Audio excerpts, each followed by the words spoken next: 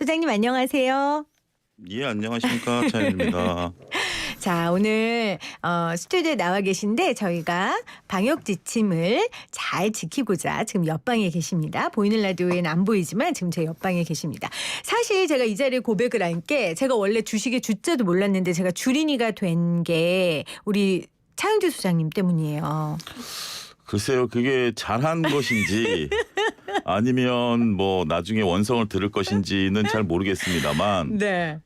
일단 제가 주린이로 이제 등극을 하시게 되게 한 원칙을 제가 그때 말씀을 드렸잖아요. 맞아요. 그 원칙 때문에 제가 시작했죠. 그러니까요. 근데 네. 원칙만 잘 지켜서 하신다라면 네. 분명히 좋은 성과가 있지 않을까. 근데 뭐 하다 보니까 그 원칙이라는 게 꼭 다 지켜지지는 않더라고요.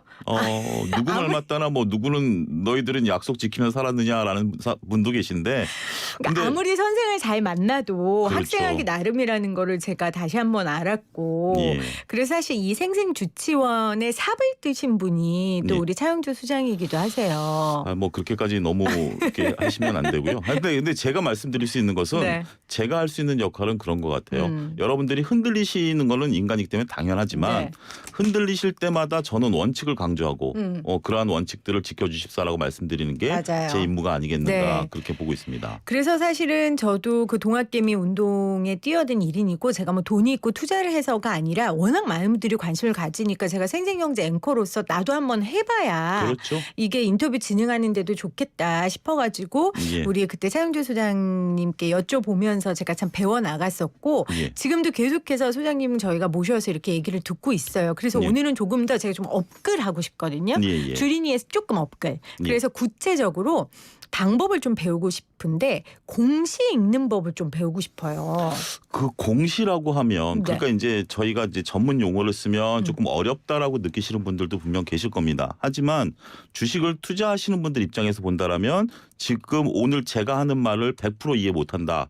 그러면 안 돼요. 아, 당연히 알아야 되는 거예요. 알아야 되고 모른다라고 한다라면 여러분들이 그걸 공부하셔야지.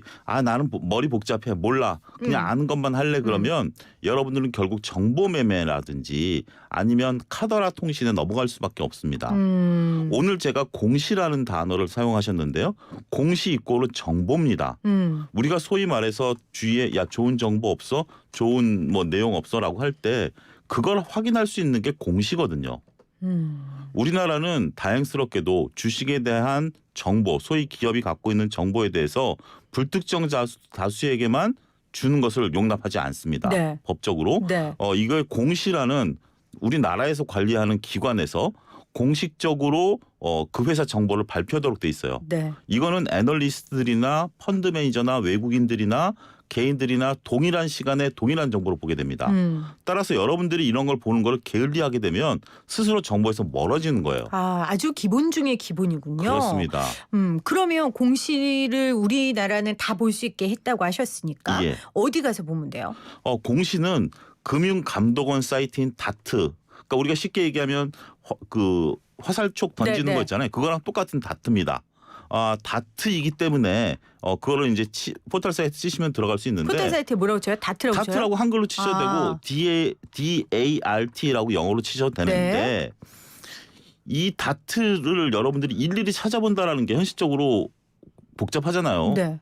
저도 지금 오늘도 여러 가지 밖에서 시간을 보냈는데 만약에 내가 관심 있는 기업 삼성전자라고 예를 들겠습니다. 삼성전자가 오후 1시 반에 공시를 했다. 그러면 펀드 매니저들은 볼 거 아니에요. 나는 그렇죠. 못 보잖아요. 1시 네. 반에 그거를 밥 먹다 말고 그걸 볼 수 없는 거잖아요. 그래서 여러분들이 관심 있는 기업들에 대해서 우리나라가 IT 강국 아니겠습니까? 따라서 모바일에다가 그러니까 휴대폰에다가 그 다트 모바일 웹을 까시고요. 여러분들이 원하는 삼성전자를 클릭을 해놓으시면 다트에서 공시가 나올 때마다 여러분들에게 알람이 울립니다. 참 친절하네요. 예, 그러니까 그걸 모르시는 분들이 의외로 많더라고요. 맞아요. 그냥 다트를 보라라는 얘기는 하지만 다트 그거 언제 찾아봅니까? 아, 그렇군요. 예, 그래서 그 알람 설정만 해놓으시면 여러분들이 뭐 정말 뭐 상장사 2,000여 개 기업에 대해서 공시나는 걸 다 보실 필요는 없잖아요. 그렇죠. 그렇기 때문에 그 여러분들의 관심 기업 아니면 여러분들이 갖고 있는 종목들에 대해서 클릭만 해놓으시면 됩니다. 내가 투자한 회사의 공시를 보는 건 너무 당연한 일이고 예. 그러기 위해서는 그냥 다트라고 치면 금융감독원에서 예, 하는 거죠. 운영하는 사이트입니다. 네. 그리고 내가 하는 기업도 예를 들어 삼성전자면 즐겨찾기처럼 해놓으면 네, 그때 볼 수 있다라는 얘기를 하셨어요. 공시의 중요성을 또 한 가지 말씀드리면 우리가 애널리스트들의 어떤 리포트를 보고 싶어 하시는 분들이 상당히 많아요. 네. 그리고 그런 것들의 중요성 물론 애널리스트 분들이 소중하게 쓴 글들이잖아요. 근데 워렌 버핏이 퇴근할 때 서류를 들고 퇴근한다라는 게 있습니다. 그건 이제 세상에 알려진 건데 그 서류가 뭐냐면 애널리스트 리포트가 아니에요. 뭐예요? 기업에서 발표한 공시 자료예요. 아. 거기 들어가면 우리가 단순하게 공시 그러면 뭐 증자를 한다든지 합병을 한다든지 이런 것들이 아니라 네.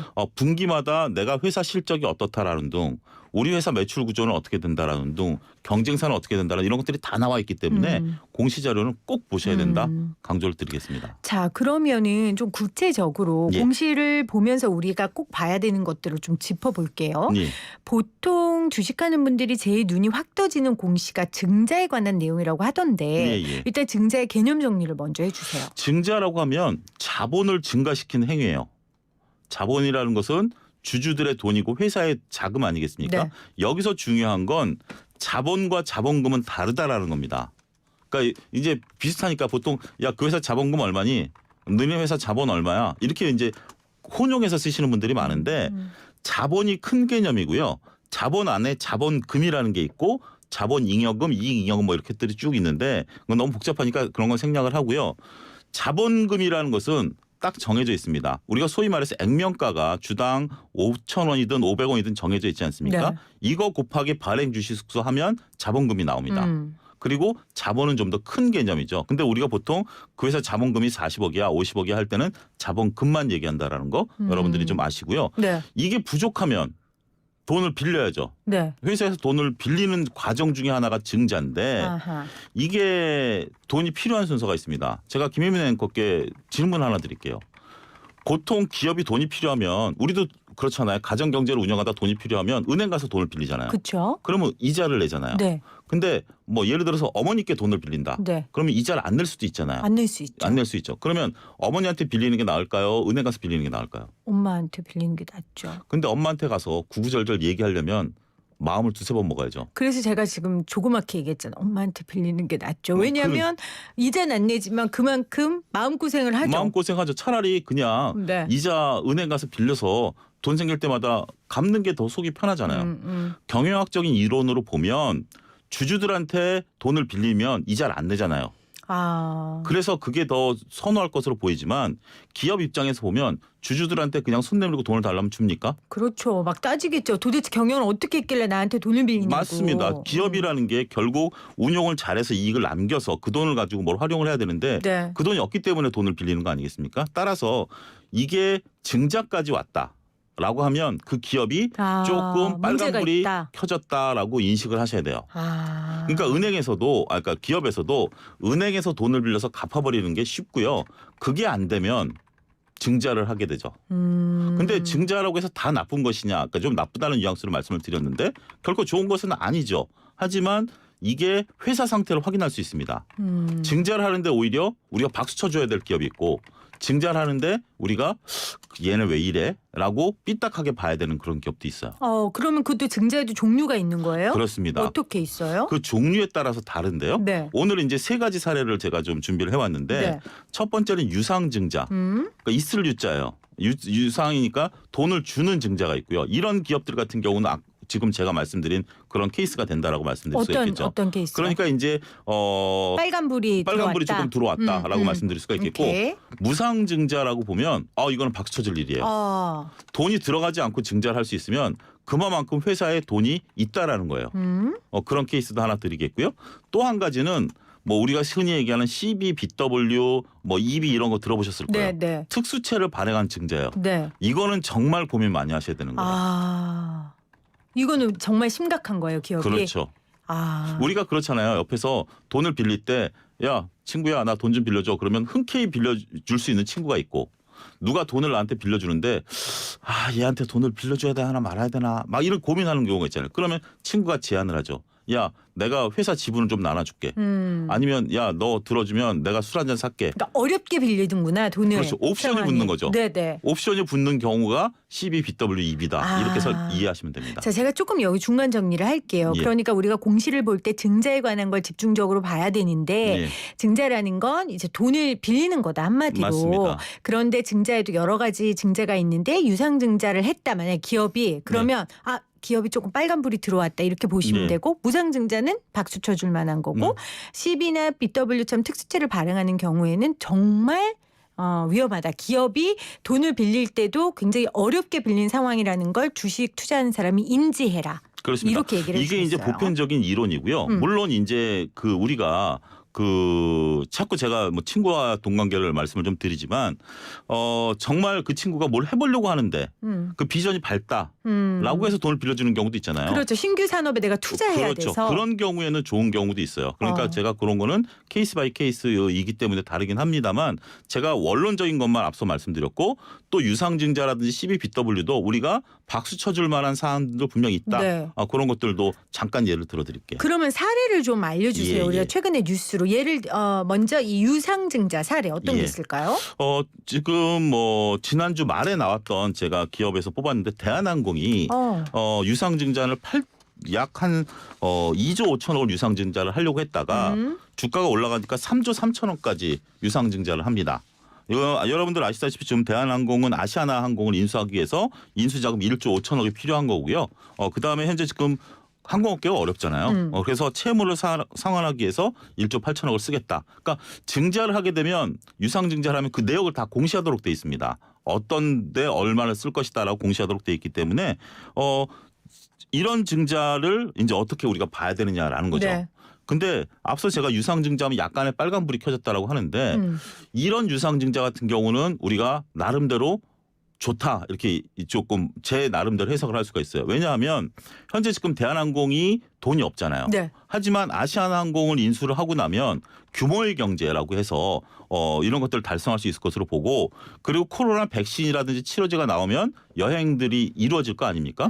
그러면 억눌렸던 수요가 늘어나게 될 것으로 보여지면 이번에 대한항공의 아시아나항공 인수 자금에 따른 유상증자는 우리가 긍정적으로 볼 수가 있다. 오히려. 예, 그렇게 말씀드릴 수가 근데 있겠습니다. 이거를 저 같은 사람도 이렇게 할 수 있을까요? 해석할 수 있을까요? 이렇게 쉽게 얘기하시면 돼요. 우리가 상식적으로 생각을 하시죠. 내가 이제 주주가 기업의 그 주인 아닙니까?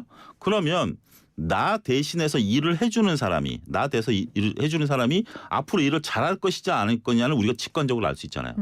그렇게 증자를 보시면 돼요. 그러니까 대한항공 유상증자가 호재냐 악재냐 무슨 시험 보는 게 아니라 네.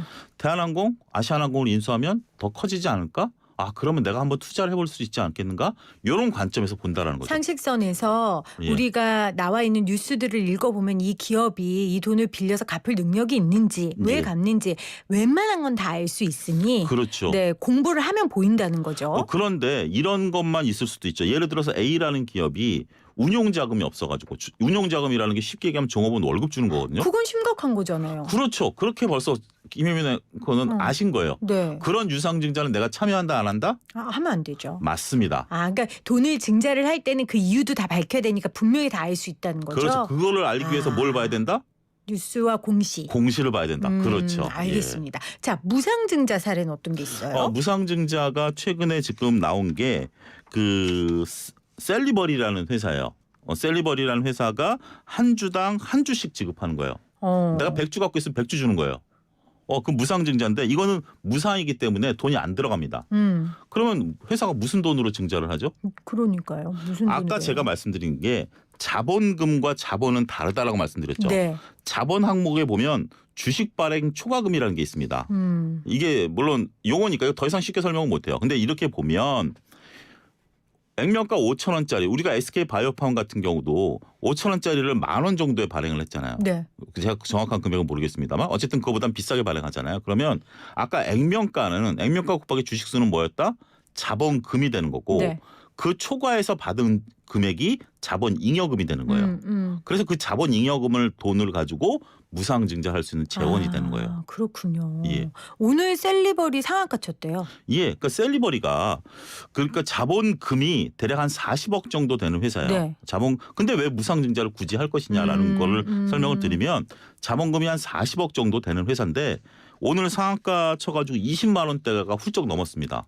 와. 비싸잖아요. 네. 그러니까 비싸니까 우리가 지금 선뜻 사기가 뭐하니까 무상증자를 100% 하면 금액은 10만 원 떨어집니다. 떨어질 수 있으니까 사회수가 있구나. 그렇죠. 주식수가 늘어난 만큼 10만 원 네, 떨어지고 네.